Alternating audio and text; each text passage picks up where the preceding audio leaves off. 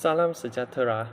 Pertama sekali, saya ingin mengucapkan terima kasih kepada pensyarah yang telah mengajar saya dan ahli kumpulan saya iaitu dalam kod GWCP 1042 penulisan akademik iaitu Encik Syakirin bin Abdul Ghani kerana telah memberikan banyak tunjuk ajar dan bimbingan kepada kita dalam menyiapkan tugasan ini. Tajuk kita ialah analisis keutuhan wacana, sumber rujukan dan kejelasan wacana. Ketiga-tiga orang yang ditunjukkan dalam slide tersebut merupakan ahli kumpulan saya iaitu Nurul Zafira binti Kasar, Nur Hafiz bin Syahidin dan saya, Emmanuel Law Shije.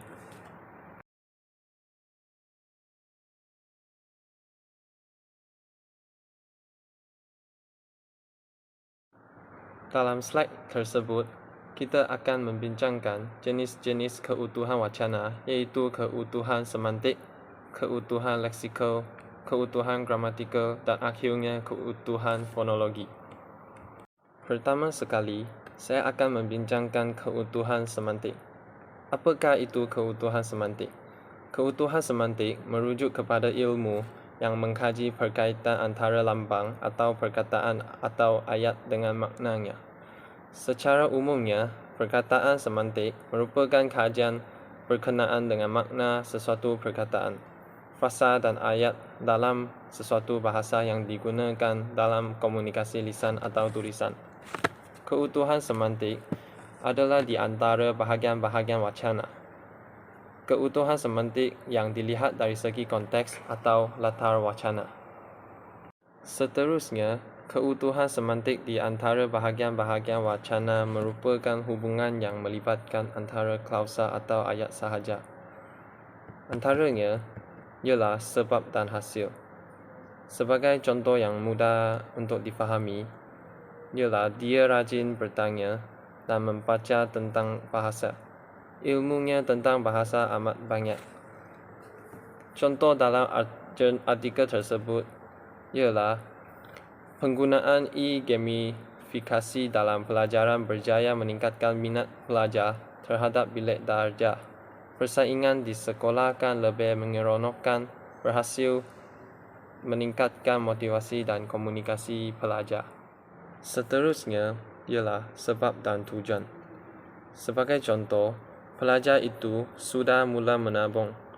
Dia tidak mahu meminjam wang apabila melanjutkan pengajiannya nanti. Inilah salah satu contoh yang mudah. Kalau merujuk dalam artikel yang tersebut, saya mengambil ayat pada muka surat ke-18, iaitu Tan juga memberikan definisi yang hampir sama di mana gamifikasi ialah satu proses penggunaan elemen permainan dalam konteks formal atau bidang profesion serius yang pada asalnya tiada berkaitan langsung dengan perihal bermain. Hal ini berlaku kerana gamifikasi merupakan satu kaedah atau pendekatan pengajaran yang baharu di dalam bidang pendidikan terutamanya pengajaran dan pembelajaran bahasa. Jenis keutuhan semantik yang ketiga ialah hubungan sebab dan akibat. Sebagai contoh, dia sangat mengantuk, dia tertidur. Ini adalah salah satu contoh yang mudah untuk difahami. Kalau merujuk dalam artikel, saya mengambil ayat pada muka surat ke-18, iaitu para guru sentiasa mendapat idea untuk mencipta cara pembelajaran baharu hanya dengan membuat pencarian di laman Google, Pinterest dan sebagainya. Justeru itu, cara pembelajaran ini mampu menyumbang kepada peningkatan kemahiran dalam mencipta cara pengajaran dan pembelajaran yang lebih kreatif. Jenis keutuhan semantik yang keempat ialah hubungan alasan dan kesan. Sebagai buktinya, gara-gara Ismail jalan lambat, saya tertinggal bas untuk pulang. Merujuk dalam artikel tersebut, pada muka surat ke-20, saya memberikan satu contoh, iaitu kajian oleh Danish alat basi turut memperlihatkan sebahagian guru yang menganggap gamifikasi sebagai satu permainan yang menanam sifat negatif dalam diri pelajar. Jenis keutuhan semantik yang kelima ialah hubungan syarat dan hasil. Misalnya, bersenam dapat menyegarkan aspek fizikal dan minda kita. Dengan ini, melakukan aktiviti-aktiviti tersebut dapat mengekalkan kesihatan.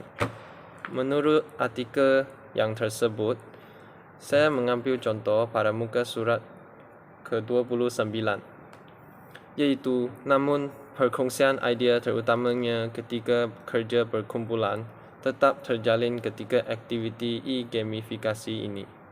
Sehubungan itu, dapat dilihat penerimaan positif responden terhadap aplikasi tersebut sebagai bahan pengajaran dan pembelajaran bahasa Melayu.